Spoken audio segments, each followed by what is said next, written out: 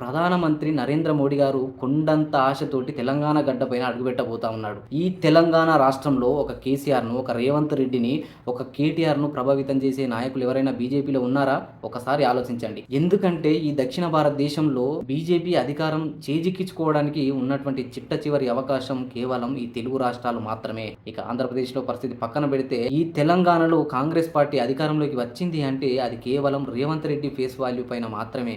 అంతే తప్ప కాంగ్రెస్ పార్టీ యొక్క గొప్పదనం వల్ల వచ్చింది కాదు అని ఈ సందర్భంగా నేను చెప్తా ఉన్నాను. ఆ తరహాలో రేవంత్ రెడ్డి లాగా, ఒక కేసీఆర్ లాగా, ఒక కేటీఆర్ లాగా ప్రజలను ప్రభావితం చేసే నాయకులు ఈ బీజేపీ పార్టీలో ఎవరున్నారు?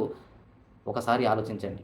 ఇక బీజేపీలోని ఏ నాయకుడి గురించి మాట్లాడదామన్నా ఎక్కడ దాడులు జరుగుతాయన్న భయమే తప్ప ఇంకా ఏది కూడా లేదు. ఈ తెలంగాణ రాష్ట్రంలో కేసీఆర్‌ను క్వెషన్ చేయగలుగుతున్నాం. రేవంత్ రెడ్డిని ప్రశ్నించగలుగుతున్నాం.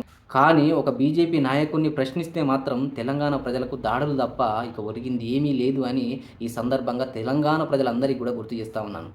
ఓకే. Thank you.